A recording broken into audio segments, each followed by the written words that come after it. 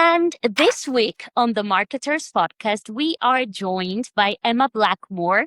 She's a fractional CMO, a growth partner, and creator of the Predictable Growth Path. Is that the way to say it, Emma? The Predictable Growth Path? Yes, that's correct. Perfect. And what I have read is that with nearly 2 decades of experience alongside B2B, SMEs, startups, and leadership teams, you, Emma, you have built a reputation for helping businesses move beyond reactive marketing and develop systems that drive predictably sustainable growth.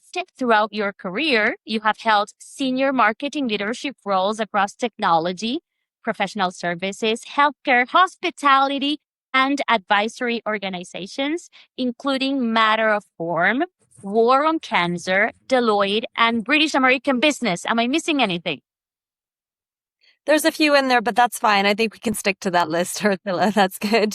You can tell us later. And today, as a fractional CMO, you partner with founders and executive teams to align marketing with commercial objectives, helping organizations understand their stage of marketing maturity and to build the right capabilities for long-term success. Is that right? That's me in a nutshell. Yeah, absolutely. Okay. There's the less corporate version as well.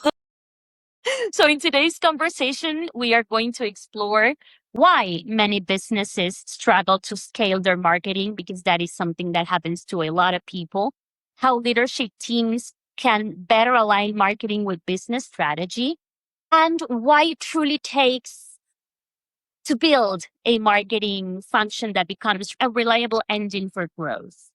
But before we dive into marketing, because we've talked a lot about what you do and who you are, but let's try to get to know you, Emma, a little bit better. So beyond strategy sessions and growth plans, which we already know you do perfectly, what is something people are often surprised to learn about you?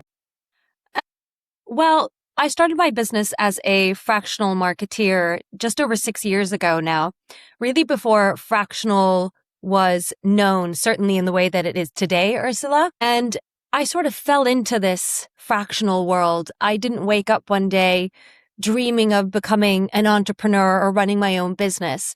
The fact of the matter is that I lost my job day 3 of COVID. I was working for a creative agency. Most of our clients were in the luxury hospitality, travel, retail space, so some of the hardest hit sectors.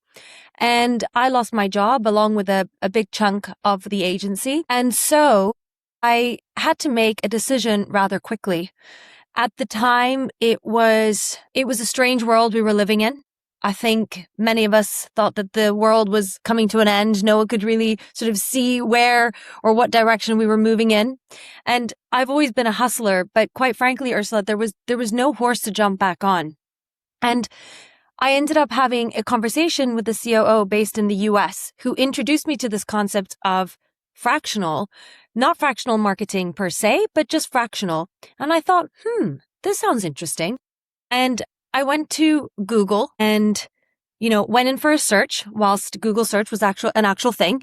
Obviously, things have changed today. Ended up on page 10 and I stumbled across this article talking about fractional. And I thought, you know what? I think I could be onto something here. We are so early on in the COVID advent, but I have a suspicious feeling or a hunch that the way in which we work is going to change forever. So now could really be my opportunity to reinvent myself, reinvent the way that I am hoping and looking to work.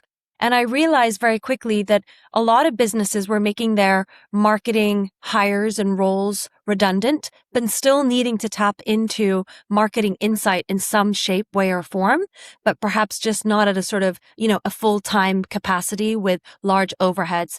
So that was really my introduction into the fractional world. As I say, I set up my business within 3 weeks of COVID starting, and I took the name Emma Blackmore Ltd, Fractional Marketing, and it's still with me 6 years on, and that was the intro, the foray to fractional, where I'm at today.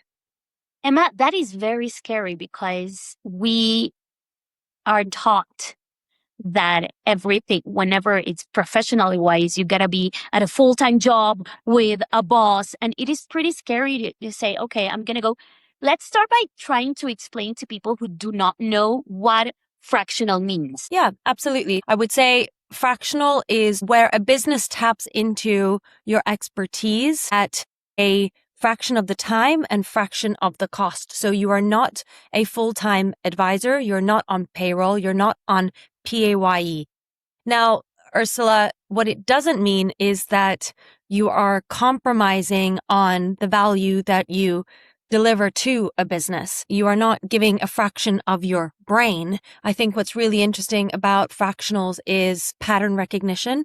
Most fractionals, like myself, have been working, over the last 6 years with 50 or so businesses. So you get to peek into a lot of the different ways in which businesses are running, and you start to spot a lot of trends. So unlike a CMO, in my case, who, might be full-time with one company, a fractional CMO is looking into so many different businesses and working with so many different individuals that they can then chop and change and be able to bring those insights with them to other businesses.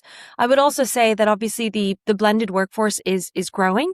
So within there, you have your fractionals, your freelancers, your consultants, everything in between. So the difference between, say, a fractional and a consultant is that a consultant will operate much more on an advisory basis. They are much more distant from the business, whereas a fractional is embedded. So in my case, I sit as part of the senior leadership teams with the businesses that I advise, typically 2 to 3 businesses at any given time. And I'm very much seen as an extension of these teams. So that's really where and how a fractional differentiates from other remits within that sort of, portfolio domain. You get to have many bosses. We'll talk later about whether or not that's a good or a bad thing. So let's dig. Well, I would actually argue that there's one boss and the boss is me. I have lots of different clients. And yes, I suppose in some respects, Ursula, you're absolutely right. They are the bosses in the sense that they are my clients. They are the ones who, pay my bills, who I report into, who hold me accountable for the good standards. But at the end of the day, ultimately, I am my own boss. And that is the difference between working for yourself and working for a company full time. Wonderful. Let's try to go into what you've done, because you've spent much of your career helping businesses grow rather than just helping them market themselves. What first drew you towards working so closely with founders and leadership teams? Yeah, it's a great question. I mean, I think just generally, I've naturally found myself gravitating towards the commercial conversations rather than purely the marketing ones. But that's also because they're so intertwined. I mean, very early on in my career, I realized that marketing outcomes are almost always determined by decisions somewhere else in the business. And so if leadership isn't aligned on, say, strategy, positioning, pricing, customer experience, or even culture, Ursula, then marketing ends up trying to compensate for those gaps. And personally, I really enjoy working with founders because they're building something deeply personal. They don't just need someone to say, run campaigns or advocate for tactics. They actually need someone to come in and act as a sparring partner, someone to challenge their thinking, someone to simplify complexity. And also, of course, someone to help them, really turn ambition into something commercially achievable, I would say. And so I would just kind of round off on this point by saying that I found that when marketing has a real seat at the leadership table, and it's not always, easy to advocate for that, but when you do, rather than operating in isolation, businesses can then make far better decisions overall. So you created the predictable growth path after recognizing, you saw recurring patterns across different organizations. Could you explain what marketing maturity really means and why understanding it changes the way businesses make or should make decisions? Yeah, absolutely. So, Over the last 6 years in particular, I have worked with quite a few businesses. And the one thing that I have noticed across almost all of these organizations is that they tend to experience the same problems at different stages of growth. So that's really what led me to develop this framework, which I've called the predictable growth path. And rather than looking at marketing through channels or campaigns per se, it looks at how mature the entire growth function is. It's a very simple model that allows businesses to recognize themselves in a very easy way. And it speaks to those who perhaps have very little to no understanding of marketing. So what do I mean by the different stages? Well, early stage businesses are often reactive. Marketing, at those stages is typically founder-led. Activity is often inconsistent. You have decisions that are very instinctive, and very often success relies heavily on individual effort. And of course, as won't be a surprise, as businesses mature, they become more structured. So positioning becomes much more clear. Marketing and sales hopefully become more aligned. Data improves. And most importantly, you have processes that then become repeatable. And so with that, eventually, growth becomes predictable. And understanding where you are on that journey, in my case, the sort of 6 stages that I've mapped out, really completely changes the advice you should be receiving. So if we had to put it in layman's terms, you wouldn't recommend the same strategy to a business turning over 2 million annual revenue as you would to, say, one turning over 50 million, even if they're in the same industry. You know how we sometimes feel it's the end of the day and we're really tired and we're overwhelmed and we feel like we've done so many things, but we've actually accomplished nothing. But we are tired. And many organizations describe their marketing as busy, but they struggle to generate consistent commercial results. It's like, yeah, they're busy and they're doing lots of things, but at the end of the day, that's not turning into results. So from your experience, what's usually missing when this happens? I'm just laughing to myself because sometimes I get to that point before the end of the day. Sometimes I get to that before midday. But yes, I take your point. And I think the answer to your question is structure and clarity. I think a lot of it is just about coming back to the basics. Less is more. I'm a firm believer for that. And just making sure that the foundations or foundational elements are in place. You're right. Marketing teams today are incredibly busy. Perhaps busier than ever, dare I say. They are creating content, they're managing social media, they're running campaigns, they're updating websites, they're launching events. It's any number of things. The marketing spectrum itself is just so vast. But what we have to just realize is that activity certainly isn't the same thing as progress. And I think often what's missing is agreement around, simple questions. They could be things like, number one, who exactly are we trying to serve, right? So who is our ICP? Why should they choose us, or why are they choosing us?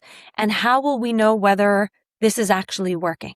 So sometimes it's just very simple things like picking up the phone and doing a few voice of customer interviews, getting closer to the customer. As a marketeer, sitting in on sales calls, listening to these sound bites, these golden nuggets.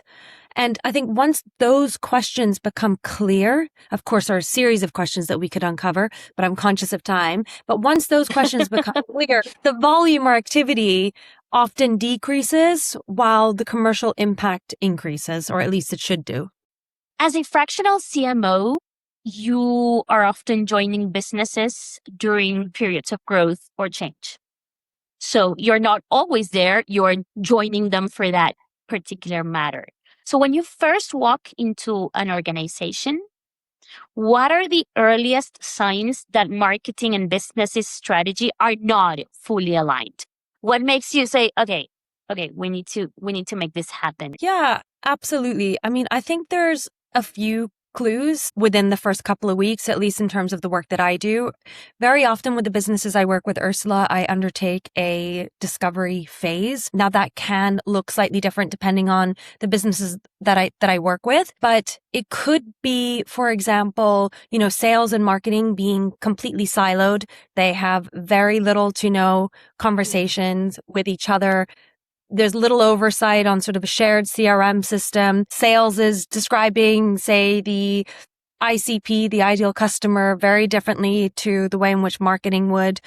It could be, more top level in the sense that, different leaders in the business are explaining the organization or the business or the offering in different ways. So that's a bit of a red flag. Could also be the fact that, marketing success is measured by, say impressions or maybe number of leads, while, leadership is very heavily focused on revenue. So there isn't an alignment on what the actual metrics are or what you're driving towards, a shared sense of alignment there.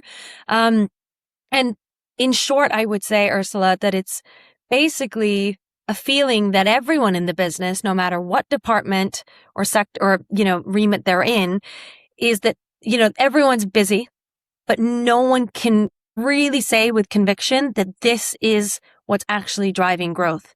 And of course, I'm biased here as a marketeer, but I think another common one as well is that, every challenge gets labeled, a marketing problem. I mean, sure, sometimes it is, but quite often it's not. It could be any number of things. It could be a positioning issue. It could be a product issue, or it could simply just be a lack of strategic alignment. You mentioned this briefly before, but I want to dive a little bit deeper because marketing leaders today are expected to contribute far beyond brand awareness. Things have changed, especially after COVID, and marketing has changed. So how has the role of marketing evolved or changed in supporting broader business growth and commercial decision making? Yeah, absolutely. I mean, I think marketing has a real opportunity today, I would say, because it is one of the strongest sources of commercial intelligence within a business, right? Marketing sits so incredibly close to customers, or at least it should do. We hear objections, we understand buying behavior, we identify emerging trends, we're looking at competitors.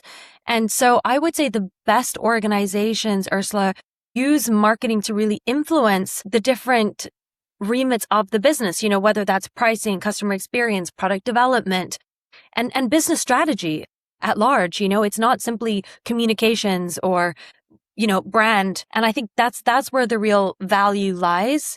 Marketing has is very often seen as the coloring in department. It's, easy for people to have an opinion on. But I think ultimately, when I go into a business, I really enjoy working with those businesses that understand the value that marketing brings or can bring to the table, and businesses that give me the autonomy to actually run with what I need to run and invite me into those senior leadership team meetings. So I have a real seat at the table. So it's about, connecting those red dots. And if businesses aren't aware of the importance of marketing, if they're, if you feel that there is an opportunity to kind of educate them on the value and they're open to it, sure, that's great. But yeah, I think it's really important to make sure that the business is fully aligned on the value that marketing brings or can bring to the table before an engagement starts. This is not, but it could be a follow-up question. Because you've built and you've led teams across startups, scale-ups, and already established organizations. How should marketing leadership evolve as businesses mature? Wow. Well, I think, the role changes constantly. It changes significantly. I'd say, in the early days, it depends on, of course, what your marketing role is and what you specialize in and the types of business that you are supporting. But, It could be that a marketing leader in the early days is incredibly, hands-on. Perhaps they're building everything from scratch. But then as the business grows and evolves, the role becomes less about quote unquote doing and the rolling up of the sleeves and more about creating systems, right? So you're hiring, you're coaching, you're aligning teams, you are creating accountability. So eventually your job then becomes to ensure that, great marketing is happening consistently without depending on any one, individual, including yourself. And that's very much the role that I have, Ursula, with the businesses that I support on in a fractional capacity. I'm coming in and I'm building systems that then, bring and support predictable growth. Those are systems that then can be handed over to a marketing director or a head of marketing, or perhaps there are other marketeers in the business that are able to kind of pick on where I have left off. Or it might be that I stay on to help sort of foresee some of those larger sort of remits in practice and have a team to help me execute. When we began this podcast about 5 questions ago, I asked you to explain for those who did not know what fractional meant. But it is a thing that fractional leadership has become increasingly popular in the recent years. So from your perspective as a fractional CMO, what advantages does a fractional CMO bring that businesses sometimes overlook? Yeah, I think it goes back to the point we touched on at the start of our conversation. I think the most overlooked advantage of a fractional CMO is the fact that they can recognize patterns very quickly. They have, in more cases, than not, seen into quite a few different types of businesses. They've worked with different types of individuals. They are able to identify and spot opportunities and challenges perhaps quicker than those who are not fractional. I would say a good fractional should be challenging and asking difficult questions. They shouldn't just be agreeable. They often aren't, because they come in and they have a remit and there is a lot of pressure to perform and do well. So in order to do that, you have to sort of challenge the status quo. I would say that also, sometimes the most valuable thing that a fractional can do isn't necessarily introducing a new idea per se. It's actually about coming in, supporting businesses, and most importantly, giving founders permission, if you like, to stop doing things that were never creating value in the first place. So it's really, about more than just hiring someone for a fraction of the cost at a fraction of the time. People very often focus on cost, but I actually think objectivity is the biggest advantage. Now, what I'm listening to and I'm thinking that when you are part of the company, you are part of the payroll, you lose some objectivity because you are part of it. And by being a fractional CMO, you get to listen to begin with what's going on outside of the company and what other people are doing. And you are not subjective anymore. And that's really interesting. Yeah, absolutely. I mean, I think there is a huge advantage to, not being immersed in office politics, being able to, physically and mentally sort of separate yourself from the day-to-day running of the business 24/7. Being able to work with a handful of clients at the same time, your context switching, which keeps you sharp and on your toes. So there are a large number of advantages, I would say, that a fractional marketeer can bring to the table that, say, perhaps you might become a little bit more blind to if you are, full-time in a business. 100%. And you've worked across sectors, healthcare, technology, financial services too. I think, well, you mentioned hospitality and advisory. Have you found that the principles of sustainable growth remain consistent, or do you feel like every industry requires a different mindset? Yeah, you're right. So I've worked with quite a few different businesses, in my time. especially in the sort of the last 20 years that spans my career. Most recently, I started to focus specifically on B2B businesses, industry and sector agnostic, but typically in the 1 to 25 million ARR bracket annual. But to answer your question, yes, I mean, I would say every industry has, different terminology, different regulations, different customer behaviors. But surprisingly, and this is what I absolutely love about working cross industry, is that the principles of sustainable growth remain remarkably consistent. Every successful business needs clarity around positioning. Every business needs to understand its customer. Every business can benefit from aligned leadership, and ultimately every business needs repeatable systems. So yes, the mechanics change, but the human behavior behind them don't. So whether I'm working with a fintech AI startup or an investment firm or a logistics business, those fundamentals remain the same across the board. You've already talked about silos, but I wanna try to talk more about the fact that many businesses are focusing heavily on tactics, SEO, paid media, content, CRM, but you've already spoken about the importance of building systems rather than isolated activities that could be referred to as silos as well. Why is that distinction so important? Yeah, it's a super important distinction, Ursula, because tactics are essentially isolated activities. They are nothing more than that. And systems are ultimately what create results and compounding results, if you like. So if we take a blog post, now that's a tactic, but a content engine is a system. Or if you have a sales meeting, okay, that's a tactic, but if you have a repeatable lead generation system or process, that becomes a system. So I think very often businesses chase the next tactic because it feels exciting. And it's easy because you can see where you're sort of putting your money.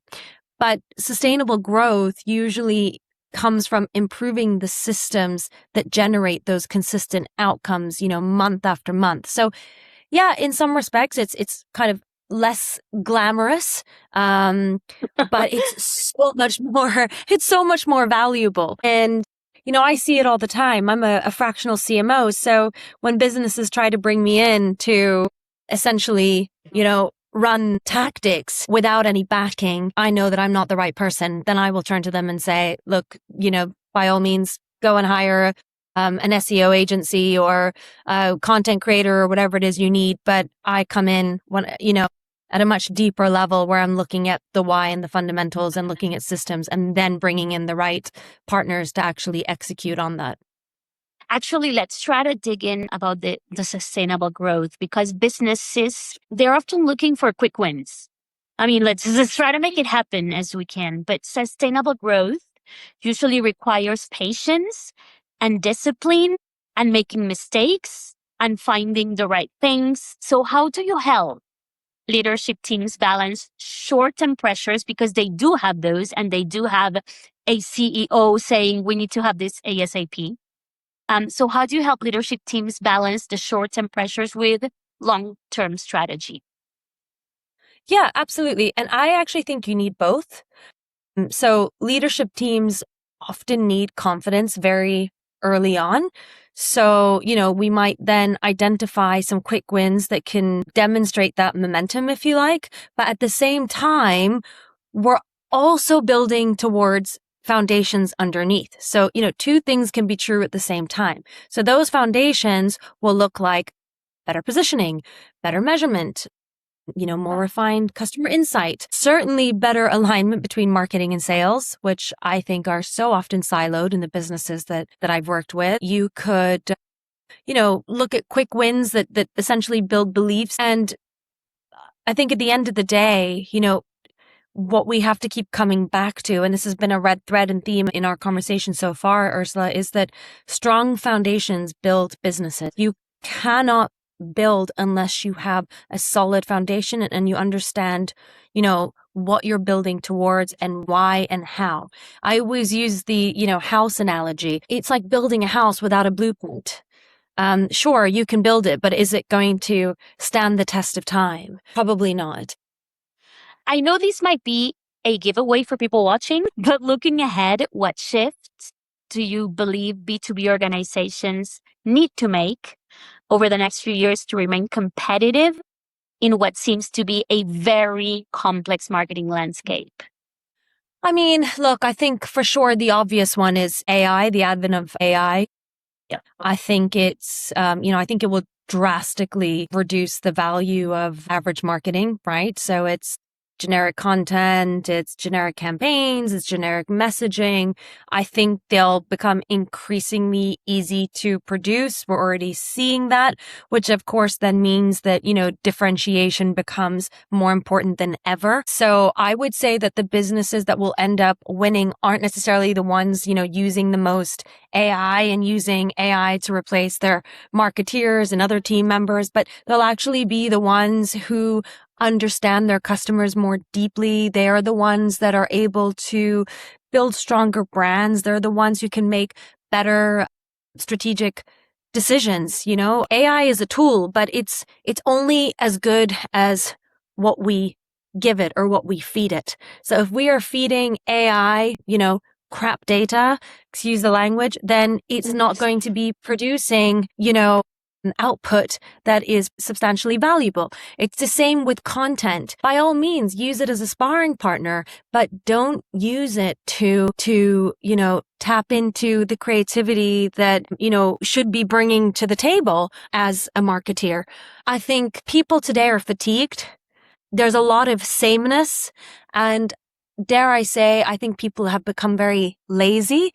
So there is a sea of sameness out there, but there's also an opportunity for B2B businesses to really step up to the plate and differentiate themselves. I think this is the hardest question I'm going to ask, because I know you know a lot, but I need you to tell me just one. And I know you're going to be thinking, I need to have like 2,000 vanilla. It's one mindset shift you wish every founder or business leader could make about marketing. What would that shift be? Actually, I have one that comes to mind rather immediately, and it's probably been the same one that has rung true for, the last 6 going on 7 now years of running my business. And I would say that I would love to see founders and businesses stop seeing marketing as a cost center, that exists to essentially generate leads, right? Amongst other things. But marketing should be viewed as a commercial growth function. It's done well.